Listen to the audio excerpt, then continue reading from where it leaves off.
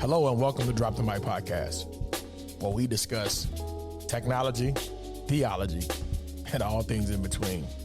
I want to personally thank you for joining us today. Now sit back, relax, share this, engage with the podcast that's already in progress. God bless you. Quit blaming other people. Everybody ain't gonna like what you do. Everybody ain't gonna be happy because you choose to change your life. Everybody is not prepared to see you grow and do whatever's necessary to win. Do it anyway. And do it even if you fail at doing it. You'll never know you're gonna fail if you don't do it. Sometimes it ain't failure. Sometimes it's just an opportunity to see what didn't work and what did. So today, my wife has a topic that she would like to pitch. So we're gonna let her kick off her topic. So my question to you would be, or is, what would you be doing if you knew you couldn't fail? What would you do if you could not fail? What's up, y'all? If money wasn't an issue, what would you do? What would you absolutely do if you could not, if failure was not the option? If you were at limitlessness, what would you be doing? Ooh, so much. I think if I'm thinking about what I would do if I had no limits. Right. Oh, you like no limits because that's what you typed. Yeah, limitlessness is what I like. Boy. Limitlessness. I've tried to live my life like that.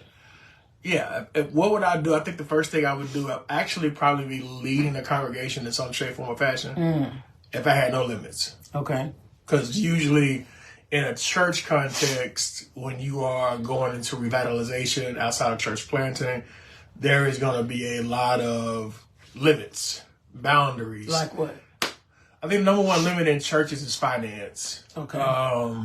If you're looking at church, if you're a church leader, if you're a church planter, you're thinking about finance, and then having the willingness of people and their hearts to kind of move ahead. I think that would be it. I think the other thing I'm already kind of living at now is being a CEO of a company, because you have to have the ideas before you actually have the money. And again, it goes back to money. So I guess the other thing would be having a whole place that I can generate resource to fund my ideas, the creative ideas to impact people. So that'd be what I'll be doing. And you, what would you be doing? Oh man, that's a loaded question. I think it still encompasses leading people. I do that now, and being very philanthropic, where I'm just giving away things and making sure people have what they need. Yeah. That's one of my ultimate goals, because if anybody's ever lived for any stretch of time, we've all been in lack. We've all been in want. And so I just want to be somebody that alleviates that. That's one of my ultimate things. If fear wasn't an option, or if I knew I couldn't fail, because like you say, when it comes to leading a congregation or leading a group of people, it's easy to do it if money is everywhere. It's easy to give if money is there. But that's the same way when it comes to being a giver. One of my old favorite shows, I don't even know if it still comes on, I think it was called The Undercover Boss or something like that, or Undercover something. Yeah. But they would just be giving, like, to listen to stories or whatever, and just make sure that person had what they needed. That's what I really want to do. But I know that takes resources. I think the other thing is I want to be in a position to tell stories. I feel like there's so much that we're missing to be able to tell the story about those people that what they had to go through, or to be able to tell people that came out of Little Rock what they had to go through. So stories that just kind of, they're not necessarily always talking about the struggle, but showing that you made it through, you've done these things, and now you're accomplishing great things going forward. So be able to do that, I think, is one of my other things I like to do. Telling stories. Mm-hmm. Telling creative stories in small form is where it's at, and that's what I would like to do. Yep. I've never known that. I mean, I think you tell stories all the time. I feel like as a creative, I'm always trying to tell a story. Yep. So to be able to do it at a much bigger capacity where people can kind of, draw inspiration from, I think that's really dope. Okay. Yeah. So tell me why you're not doing it. I am doing it. So I'm doing it in a very small way because I'm the person that's funding it. So where are you doing this storytelling at? Storytelling can be done on TikTok. Storytelling can be done on all social media platforms as well as my own website, where it's various forms of storytelling. It's podcasts. It's a form of storytelling. Okay. There is, creative content with reels and stories is a form of storytelling. So just being able to tell bigger stories, okay, I think is really where you can win at. All right, so let's hear what you would do if you had no limits. Or fear wasn't an option. What would you do? If you knew you couldn't fail, what would you be doing? If you knew you couldn't fail, failure was not an option, you had no limits, what would you be doing? What would you be doing? Writing books. Okay, Tammy, so tell me what's stopping you from writing books? Maybe a lot is not an answer. All right, Chef Tam says writing books, feed the homeless, travel the world, encouraging his people. Absolutely. But Tam, you do that. Absolutely. What else could you do? I think we're thinking very small here. Mm-hmm. We're thinking very small. If you did not have any limits, if you could not fail, what would you be doing? If God opened up the sky and say, hey, child of God, listen, whatever you set your heart to, you're not going to fail. What would you be doing? So, Tammy, you've already written books, and you're writing books now. You feed the homeless. Tammy said she would have a global garden. That's good. Oh, absolutely. That's real good. So, what's stopping you from that right now? That sounds like land.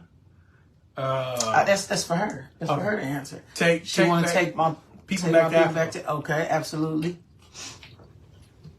Absolutely. What would you do if you could not fail, y'all? What would you do? What would you do if somebody had a blank check and they were going to hand it to you and say, hey, whatever your heart desire is, what would you be doing? Right. And the blank check is just blank. You can write the numbers on it. You can do whatever you want to do. What would you be doing? Telling stories, being the CEO, being an author. Tammy says she wants to, have a global garden, take people back to Africa. Absolutely. Those things are dope. What would you do? What could you do? If you knew you couldn't fail. If you knew you couldn't fail. Think about it. Land ownership. That's good, Tammy. That's real good. Land ownership. Tammy say buy old hotels and turn them into community rebuilding apartments for the homeless. Absolutely. So Tammy, and I ain't trying to do nothing prophetic. I'm not in church right now. I'm at home.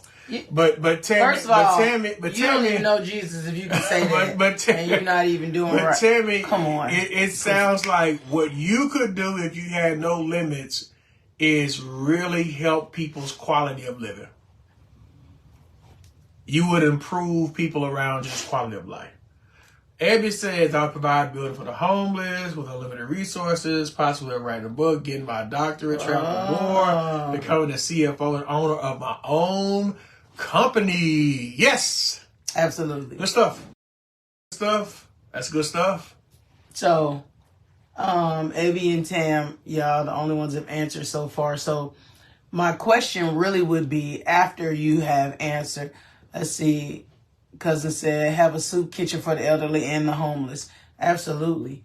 So far, all three of you have discussed or have said you wanted to give back. And when that stuff happens, or when people say that, what I believe they are actually saying, or what I believe they can actually do, did you just burp? You see what it, yeah. What I believe is they should start on a smaller scale.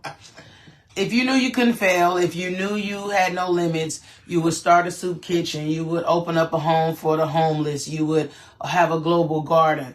But my question would be, what are some small steps that you can do to do that now? Think about it. What would be some small steps that you could do? Shannon, would that look like making one pot of soup and going and taking it to the homeless just once a month, once a quarter? If you're going to start writing a book, would that mean going to get a notepad? You got plenty. You like your mama. Just start writing. Tammy, you have a garden already. Would that mean planting what you have now and getting the seeds and reproducing, using those to spread around? Like, what would it look like for you to actually take that route so that you can become what you know? What people do is they vocalize, okay, this is what I want to do. This is what I'm trying to do. This is what I attempt to do. But here's the one thing you don't do is to start. Taking one step towards. Like when I think of global gardens, I'm thinking of, would the city be down with, if we had certain places in the city, some people's homes, that their front yards would be gardens, right? People can come by and use those gardens. I've seen that happen recently, I think, in Los Angeles. So that's different. But can it be done? Sure. Can somebody put on a pot of soup and just serve currently, today? Right. Sure. Can somebody write a chapter? You got ChatGPT will help you write a chapter. You write your own chapter. You do what you want to do. Can it be done? Absolutely. But the question is, now that you have no limits, where are you going to start? Where's the first step you need to take if you don't have any limits? I think what people have to understand first is what limits that they are allowing to prohibit them. Like, what are the limits? Because we're asking the question, what would you do if you didn't have any limits? If you didn't have any fears? If failure wasn't an option, what would you be doing? But a lot of people have to gain an understanding of what limits they are allowing to stand in the way. Now let's go deeper. Since you guys have ideas of what you believe that you could do if you could not fail, what's the first step besides finding a building? I want you to break it all the way down until you have nothing else to go with. So if you have to find a building, what's prohibiting you from finding a building? Cousin Ebby, what's preventing you from starting to write? Tammy, what's preventing you from planting a seed? What's preventing you? Those of y'all just coming on, we have a question on the floor. What is preventing you from operating without limits? What would you do if you knew you couldn't fail? If you couldn't fail. And so we welcome everybody on my wife's feed as well as my feed. And we're just chopping it up and see how we can push one another and resource one another in terms of how we can help each other move forward with God's vision. So nothing's really stopping me, Shanna says, just time management and staying focused. Okay. Yep. So Shanna, if nothing's stopping you and if your life depended on it, why aren't you doing it? So Ebby, same question to you. If your life depended on it, why aren't you starting? Juggling your personal life. Yeah, absolutely. When you're doing anything philanthropic or business related, you do have to be able to juggle, aka balance your personal life, but sometimes they coexist. And they should be able to coexist, because a lot of times we forget that what we do and who we are still the same thing. So if you are a giver and you want to make sure people are fed, that's what you do. That's who you are. It doesn't change because you changed hats. It doesn't change because, hey, now I'm a wife. Good job, Shannon. You better get it going. She's currently working and starting up her food truck. Absolutely. Amen. I love it. I love it. Amen. Start that food truck. Get going. Absolutely. So, Shannon's was juggling. Evs just need to find time to do so. Tammy's probably cooking or doing something. But we just want to see where everybody's head is, because what I'm finding is we give fear too much attention. We give fear too much credit. If I was talking to myself, I would say that the reason I haven't started a business, or the reason I haven't moved like I was supposed to, or the reason I haven't done X, Y, and Z is because of laziness.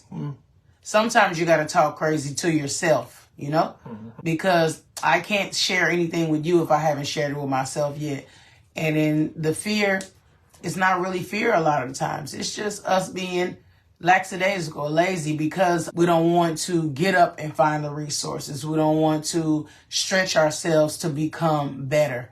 So quit giving fear all of the attention, all of the credit. Make sure that what you're doing is what you're supposed to be doing, and do it because you're supposed to be doing it. Because if your life depended on it and you had X amount of time to live, we all do, and God has this design line for you and you knew it and you didn't follow it, you're going to be held accountable. It's absolutely self-doubt at times. Self-doubt, self-sabotage. Absolutely. Keeps you from going where you need to go. Like, it's times where, we all, especially as women, we struggle with, I don't feel like I look a certain way to get on camera, or I feel like I don't look a certain way to stand before people, when what we do and who we are will impact a lot of people no matter how we look. Yeah, we got to, dress ourselves up or clean up or do whatever we need to do to the best of our abilities. But we, a lot of times, hold off on the best parts of us, giving the best parts of us away, because we allow laziness and fear and everything to get in the way. And it's time out for that. Using your resources, that's so powerful. Like, we are the most resource people. Yes. We have the most information. We have the most people around us who can help us and get to where we're trying to go. And yet, some of us are afraid to ask. Some of us are afraid to put ourselves out there to get better information so that we can move ahead. And the only way you can fulfill your dreams, usually, it's time out for that. Usually is in partnership and getting the right resources. Right partnership, right resources, having God right there. You ain't got no limits. Everything is there for you to proceed and go get on your own. You're just choosing not to. Right. And that's what many of us do. We make the choice that we really don't want to do it. Mm-hmm. And that's what's prohibiting us from moving forward. Yeah, because a lot of people like that, hate that L word, laziness, but that's truly what it is. Like, many times we fail to do things because we had, absolutely, if you miss 100% of shots you don't take. We fail to do things because some people are afraid of success. Not that they are afraid to have all the niceties and all of those things, but they're afraid that if they hit that specific mark, they'll have to keep hitting it. Yes. They'll have to keep doing it and keep doing the things. And you will. Yeah. Because you can't get to where you need to go one time and then think you're going to recycle it by just sitting down. No, you got to keep going. Got to. So if there was anything that you knew that you could do without failing, without quitting, without limits, what would it be? Yeah. And you got to think of that. You got to get back to it. We have to actually take action and be proactive in our lives, and sitting back, waiting on things to come to us won't happen. I think not only what would you do, but what are you going to put aside? Shannon, you say, if you're married, you have to make sure your spouse is on board for the backbone support. Can I be honest? I love my husband. But if he don't support me, I'm going to do it anyway. I'm just being real. That's just who I am, and it's not because I'm stepping on his toes. It's not because I'm doing that to overstep him, but he wouldn't be the man he is if he didn't push me, or if he didn't be okay with me being who I am. Because, as we said before and the last time, when we get to the point where we're always asking for permission instead of support, that's a problem. Yeah. Being on the same team doesn't mean I'm waiting on him to work. That means if I'm working and he catch up later, he's still on the same team. He may be riding the bench, I may be riding the bench, but whatever. We don't absolutely need, like, he'll come home and have done something, or he'll go make a move or do whatever. That's just what happens. That's a partnership. So a lot of times we have to get out of the mindset of being like, I got to make sure my husband or my wife is on board. No, we don't. Just, say, hey, babe, this is what I'm thinking. What you think? Sometimes they may not agree, but you'll say, okay, you may not agree, but I need you to support me. Yeah. And your support may look like not stopping me, not hindering. You may not have the finances to support me. You may not have any wherewithal, but just to say, okay, well, try it. Try it. I mean, they can say it even, lackadaisical, like they don't really care. But I can't be who I am if I'm constantly waiting on what he say.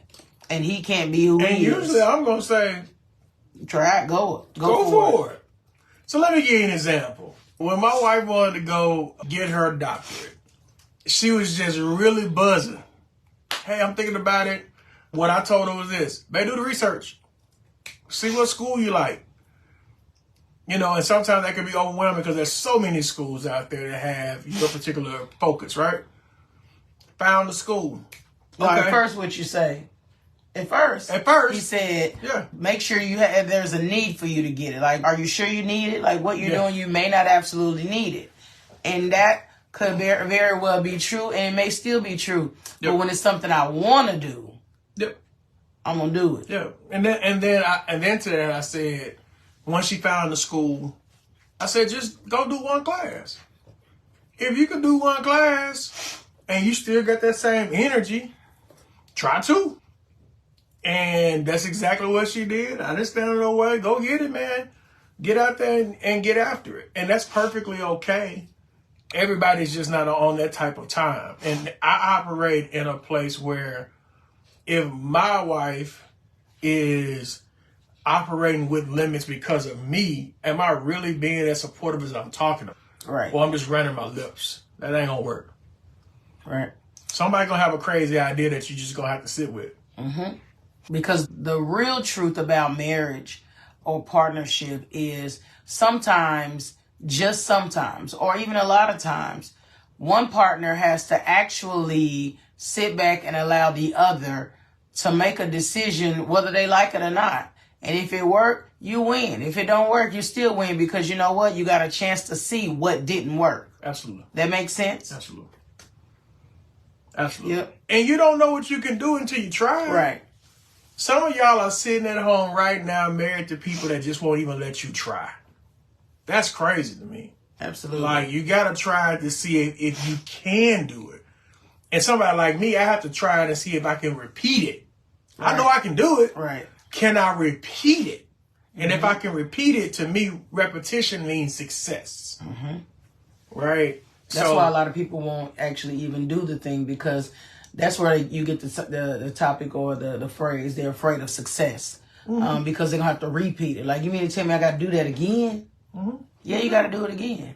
You got to do it often. You got to keep doing it. I can remember when I got into church ministry business, and at first I was an unproven commodity until pandemic hit. And pandemic hit, they heard me actually discussing, talking at length, people going back to their room seeing exactly what I'm saying and executing that, repeating that over and over again, and then seeing that come into workflow, job, and doing it at work, and then doing it outside of work, and continuing to do it. That breeds about a level of success. So, because it was repetition. Mm-hmm. So, if I know I can't fail, what I am going to repeat is I want to try to repeat the steps of success. Mm-hmm. Because I know I can't fail. Right. No. Shannon, think when you say that repetition means success, or note to self, the easiest way to remember this, think of a baby learning how to walk, a crawler. They're going to keep standing up and they're going to keep falling. They're going to keep standing up, they're going to keep falling until they take a step. They're going to take a step and they're going to fall. They're going to take 2 steps, they're going to fall again. So that never stops them from continuing. That never stops them from trying to repeat it. And once again, you see, we have all derived or grown from babies, and we're still walking. Yeah. Repetitively taking one step after another, even after we've fallen. If we all had time to share how many times we've fallen, this would be never ending, and all our phones would die every 30 seconds. For sure. So, for sure. Just know, repetition absolutely means success. Yep. Absolutely. Teamwork makes the dream work. Mm-hmm. It does. Not enough. I see a lot of people online talking about teamwork or having gender wars. Hi, Mika. All that kind of stuff. But this is a 10-year proven relationship of teamwork. Before my wife went to school, I went to school. And she had to support me while I went to school. Then I went to seminary, took some time off, and she went to school. Our kids went to school. Like, this is something that we foster in our home. I think that's important. Like, hey, go try it. You have the support to try it. Nobody's hating on you. Nobody's rushing you. You ain't got to do nothing additional. Go try it. Go do it. Because if you have a household that way, then their household will be that way. And so forth and so on. So please, ma'am, please, sir, understand that you have an opportunity to do great things if you would just remove the barriers off of your own personal life and try it. So you never know how much weight you can lift until weight gets put on the bar. Right. You don't know how much weight. We underestimate ourselves anyway about how much weight we can carry. That's right. That's when somebody passed and you thought you was going to lose it, you still walking, still standing. Walking. Lost a job, you still walking, still standing. Got married, got divorced, still walking, still standing, got married again. So a lot of times we only put limits on the things that we can understandably control. Yeah. When the dream seems too big for us, we shy away from it. And that's not how it's supposed to be. We are supposed to be doing things that scare us. Yeah. I can't stand getting on camera. Can't stand it. Can't stand it. But I know for this season that I'm in, this is something that I have to do. Because I have been called to help a certain group of people. And in this day and age, social media is one of the biggest platforms on the planet. Absolutely. And I can touch people all over the world that I can't touch physically. And without leaving your house. Absolutely. Mm-hmm. So, I mean, this is something I have to do. You know, you always try to find that out. Like, I was just in there doing homework, sitting there, I was tired, like, I ain't going to do it. But I understand that even if it's just one that we got on here for, we have to do it because that's what gets us to becoming who we're supposed to be. Gets us to where we're supposed to be, getting out of our old ways of thinking. And when you start saying, okay, what would I do if I couldn't fail? Mm-hmm. What would I do if fear wasn't an option? What would I do if there were no limits?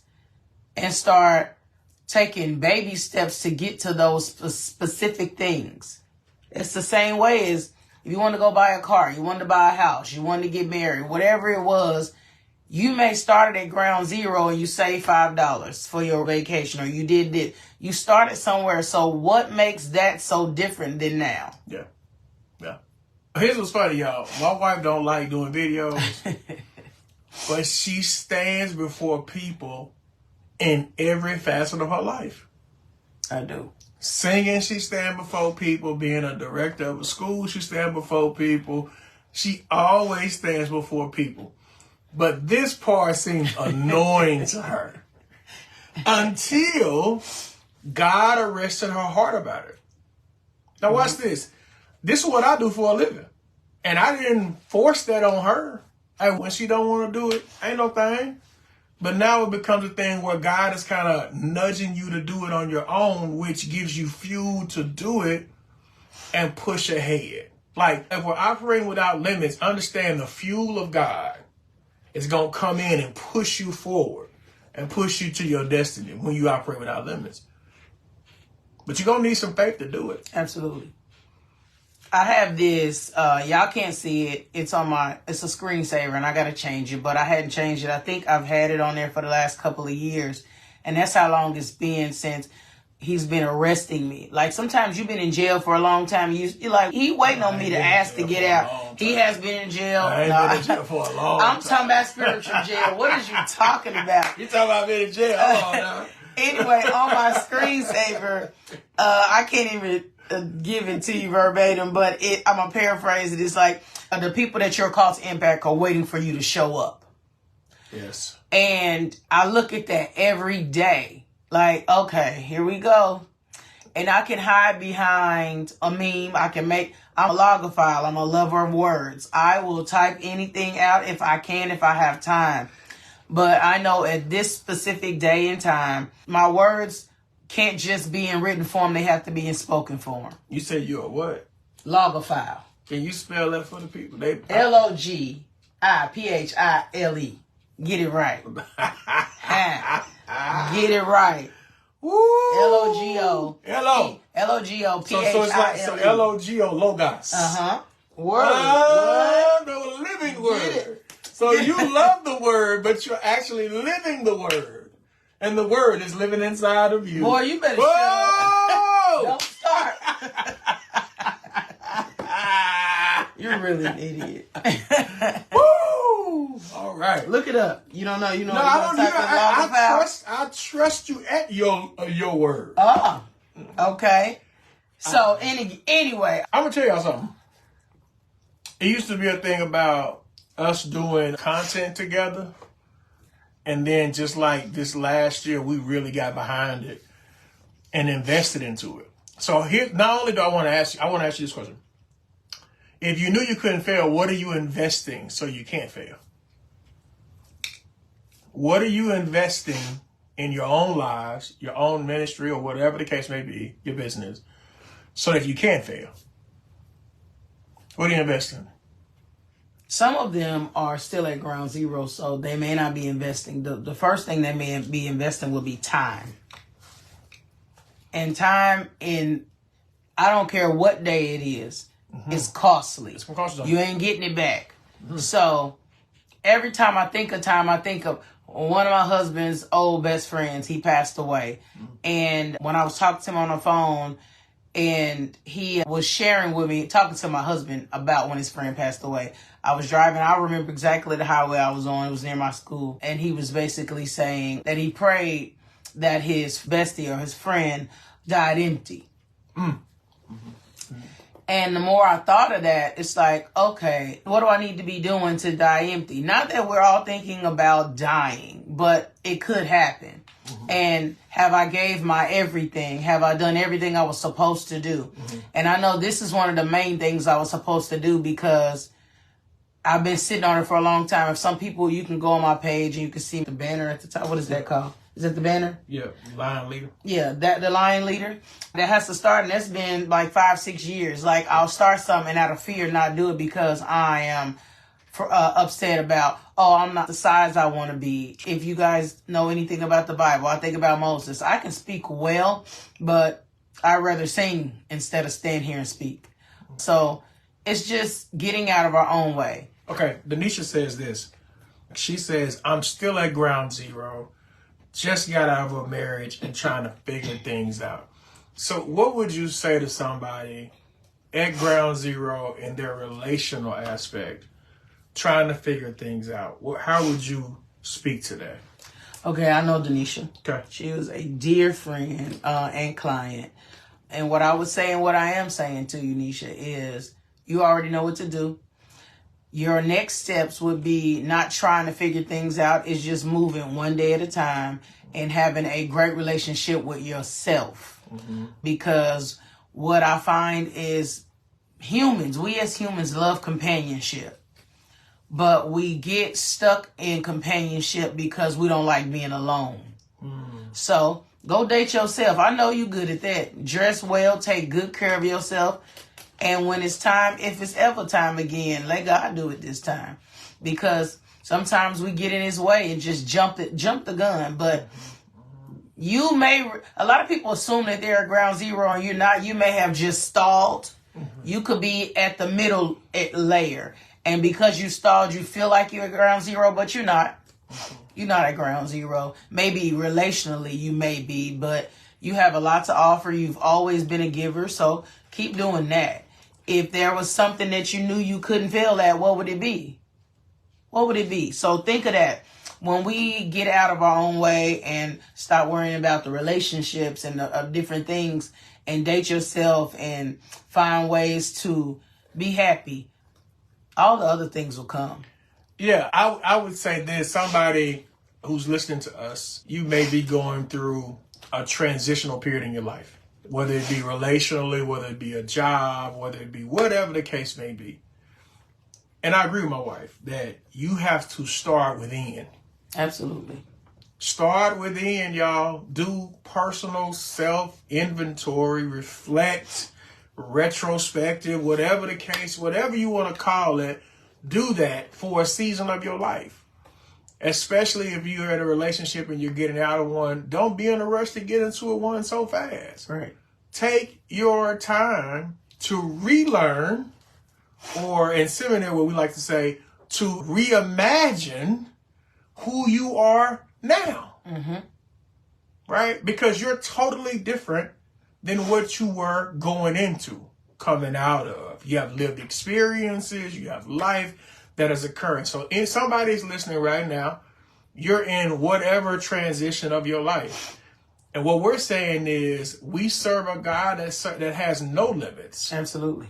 Right? And so if that God has no limits, that God can walk with you step by step, day by day, then you should take it one peso at a time, one piece at a time, one piece at a time, right? And that's going to help you in your transition. Here's what else I would tell you. Find you a licensed, caring therapist. Absolutely. Find you somebody that can help you process through your emotions, feelings that you may have, through the grief that's unsettled in your heart that needs to be uncovered. You need to do that too.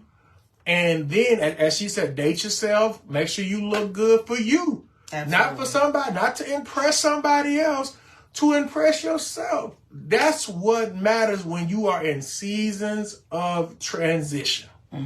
Yeah? And it should remain that way. Even when you're actually in the season you want to be, don't be operating like it's a transitional season. Like, I really can't stand somebody saying, oh, I'm doing self-care today. This is my self-care day. Self-care is not a day. It's not a journey. It's something that should happen all the time. Yeah. You don't stop taking baths or start taking baths because it's a self-care day. Every female needs to sit in water. I hope y'all take baths. I hope y'all take baths. But you don't smell them. You at the house. Because some... Hold on. Are you at their house? I'm not at their house, but I pray to God that you find... No. Girl, you should find some water and you get some soap and you apply it to your life. You gonna shut up. No, because these roots is real long. Okay? Sit in the water. Shut up. Stepped in the water, but the water was so cold. Chilled your natural body. But you like doing foolish stuff. Sit in that water. You really like get what you need. I'm just really like being foolish. I just want people to take baths. It has nothing to do with anything. Okay, man. You go ahead. Oh, my Lord. I'm sorry. It's ridiculous. Anyway, you really got a problem. What I was getting to, or what I was saying is, Shannon, he's nuts. Don't talk about doing what you need to do because it's self-care. Yeah. Don't take yourself out to dinner because it's self-care. Do it all the time. Yeah. Date yourself. My mom used to always say, especially when her girls got married, or even her sons, she would say, don't lose yourself. Because we often lose ourselves in our mates or in the relationship trying to take care of everything and everybody, and we forget about us. We do that so often. I am a living witness. I've done it before in my previous marriage, and I started to do it in this one, but God changed it. So you got to get to the point where you start taking care of you. Because truthfully, like, we're both on a journey to better health for both of ourselves. And it affects both of us. It'll bless both of us, but it starts with us doing it alone for ourselves. But if we were if he was trying to lose weight for me or I was doing the same for him, it wouldn't last. Nope. It wouldn't last. Everything we do should be for us. And the crazy part about it is, especially as black people, brown people, women, men, I'm just saying humans, especially depending on where we are at this day and time, people assume that taking care of yourself is selfish. It's not. And if you want to call it that, be selfish. How can you teach somebody to love you or to treat you if you don't know how to treat yourself? How can you do that? So my wife had this thing when we first got engaged, and I'm going to tell this transparent story. Oh, Lord. You need some oil? No, I already put my oil. Y'all see these roots? We oil. Boy. Anyway, and so I wasn't taking care of myself at the time. And she was like, how could you love me and I can see visibly that you don't love yourself? She said that to me. That made me so mad.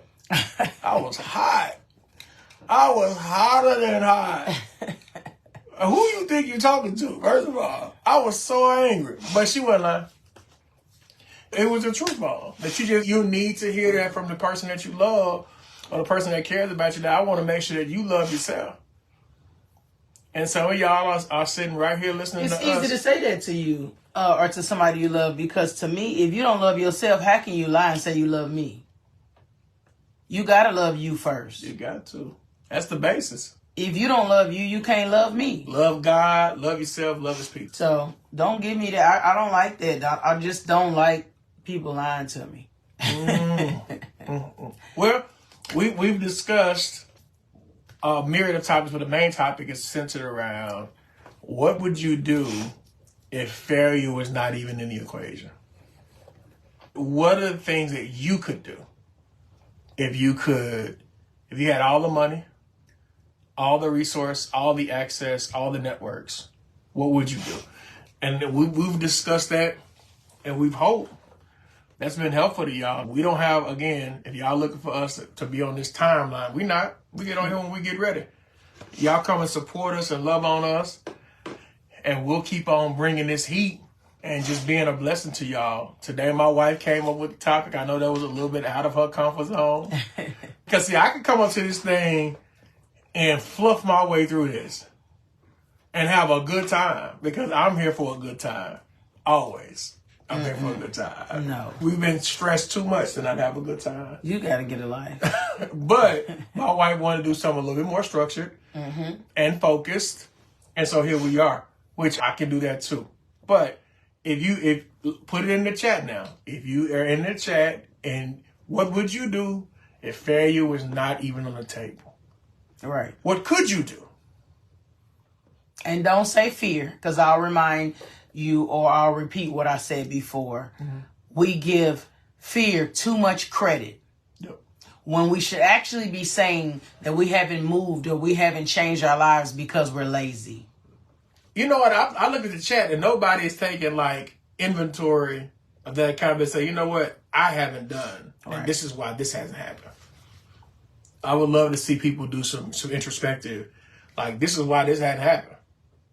And this is what I could do if I would just stay focused on this road. Absolutely. You'll get parents that say, I'm not doing X, Y, and Z because I have children. Yeah. You'll get husbands and wives saying, I'm not doing it because of my spouse. Yeah. When truthfully, as we said earlier, who you are and who you going to answer to, who you will answer as, is an individual.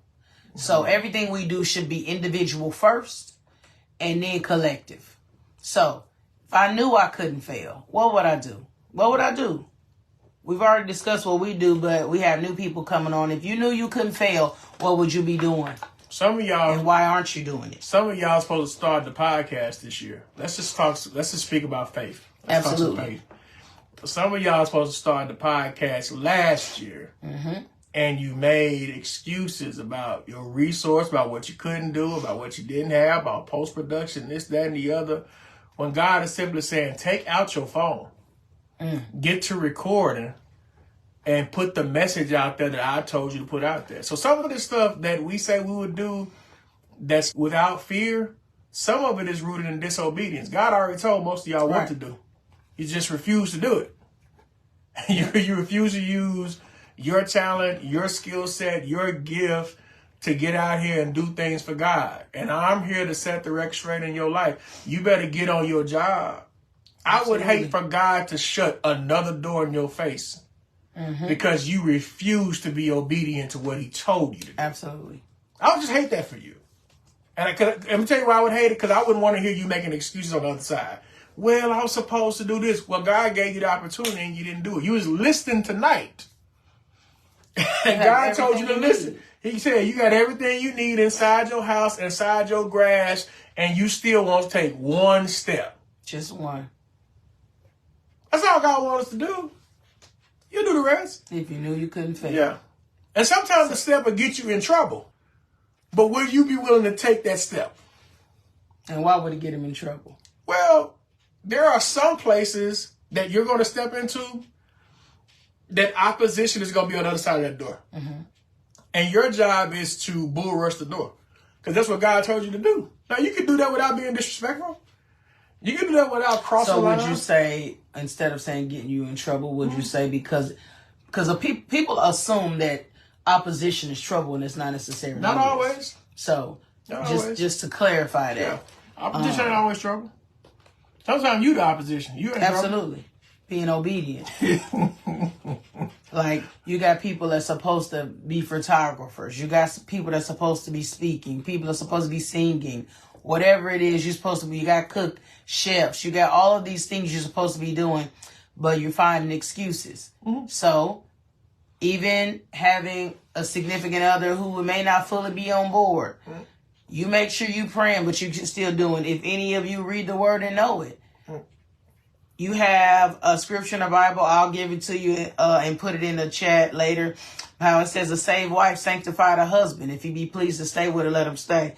And it was specifically talking about having a spouse that is not of the faith, and you are.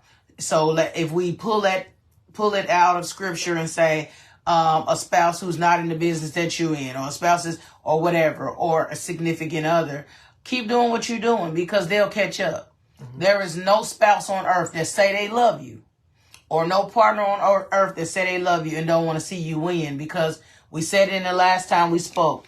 If one win, we all win. Yeah, but that's a lot of people not living like that.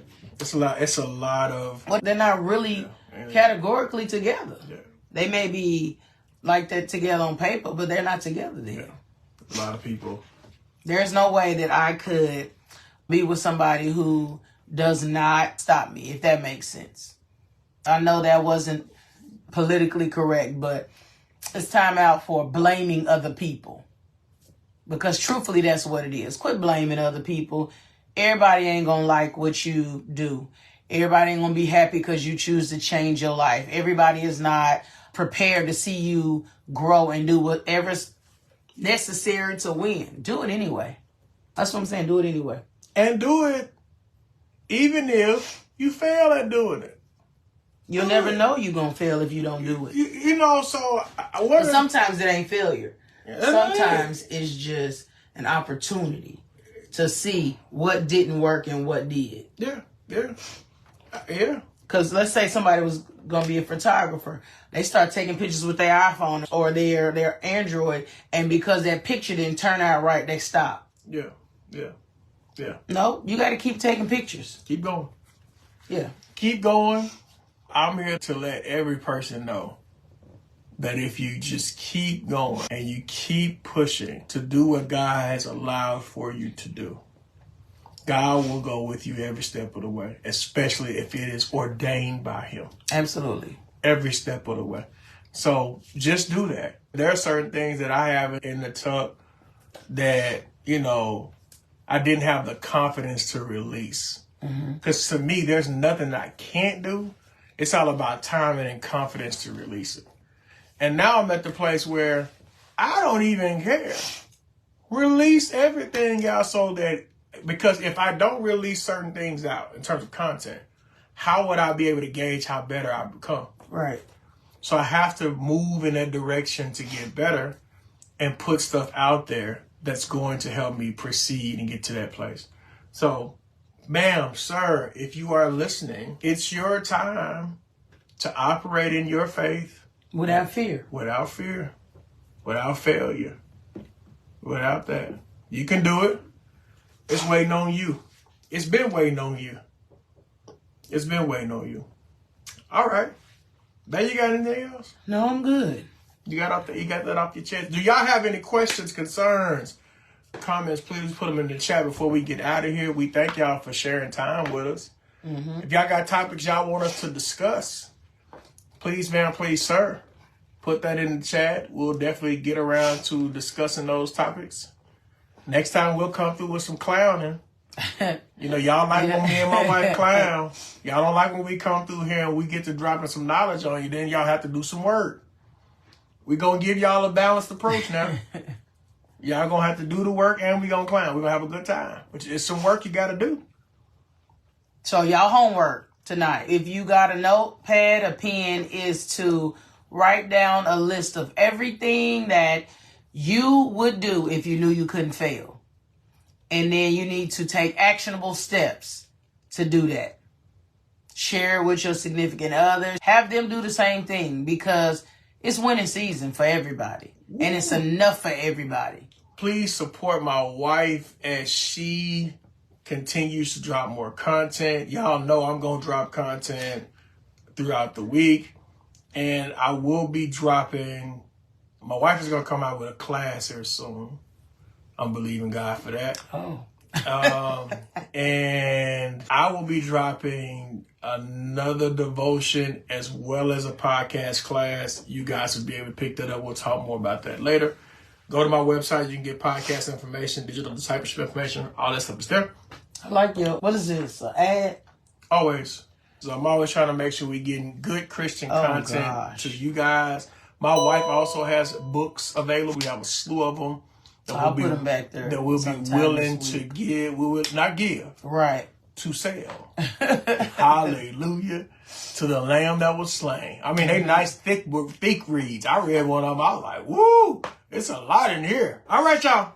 It's been real. I'm going to cut both of these lives off. Y'all take care now. I'm finna go and eat me some pizza. Oh, my God. My trainer going to cuss me out by eating that pizza. I'm Boosie. Pay right. attention. Bye, y'all. Bye, y'all.